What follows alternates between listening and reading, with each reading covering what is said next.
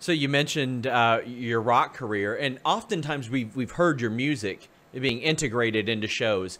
How easy or difficult is that to make it a reality? Because I think a lot of people might just assume you're like, well, he's the front man for Smashing Pumpkins. He can pretty much just say, yes, that's good, or no, you can't. Is it that easy? Like, what other kind of hoops do you have to jump through to make that a reality? Like, say, if you wanted to use a popular song on any wrestling show. Are you talking about my music or somebody else's music? Your music specifically, or maybe even collectively, collaboratively that you've done? Like, are there like additional steps that you have to go through that maybe people wouldn't even realize? If it's my music, I tend to own it, and so it's usually not a problem. If it was a collaboration, like say I wrote a song with somebody else, then you have to jump through their hoops too, and sometimes that gets complicated.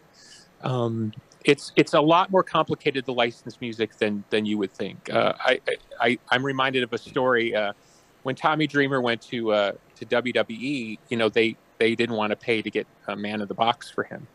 So Tommy came to me and said, "Can you call Alice in Chains and see if there's something you can do?" and because I knew the guys in Alice in Chains, they were very agreeable to the whole thing. But once it got to management, that was it. That was the death of that. I mean, that's for some amount of money, and of course WWE was never going to pay it, which is how Tommy ended up with something kind of not Man in the Box, Man in the Shelf or something. It was kind of like Man in the Box, but it wasn't really Man in the Box. So, like, sorry, you cut out there for a bit, but it's okay. How often do you have talent that are like, hey, I would really love to use this song of yours? Because, I mean, that sort of is a unique ability that they have, but I mean, you might have a wrestler that just happens to be like this mad Smashing Pumpkins fan, but you also have to be protective of, well, do I see that song for you necessarily? Have you had that yet? A few times. Actually, recently, NWA champion Trevor Murdoch came and he wanted to use this really obscure B-side from the Smashing Pumpkins. Like, you have to be a super fan to know this song. And I was like, really? And he's like, yeah, I love that song. And I was like, okay. So that's his new entrance theme. So I was cool with that. Yeah, but generally most people don't ask. I think probably because they're worried about maybe trying to kind of butter me up or something. I don't know. Sure. It hasn't happened that much. Sure. I mean, that's aspect's always been fascinating to me, because I'll hear about how like AEW had to purchase an entire library to gain access to the Hardy Boys theme, and just the licensing aspect and the politics that goes in and around that is such a fascinating thing, because that's not something that I hear about every day.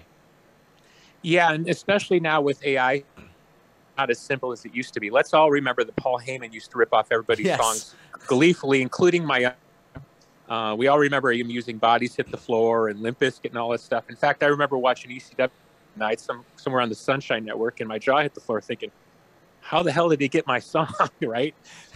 And then I went to somebody, I think it was Lou D'Angeli in the company, and I said, how's he doing all this? And they're like, oh, he's not paying anybody. He's just doing it. Now you couldn't do it because YouTube would get a strike on your YouTube channel, or some AI system would shut you down. So no, you have to really go through the official channels now. And there's even instances where I will use my own music on, like, let's say for my tea house or something related to something in my world, WA, and I'll get a strike on stuff because it's not cleared with all this kind of AI systems that they use on YouTube and Instagram now.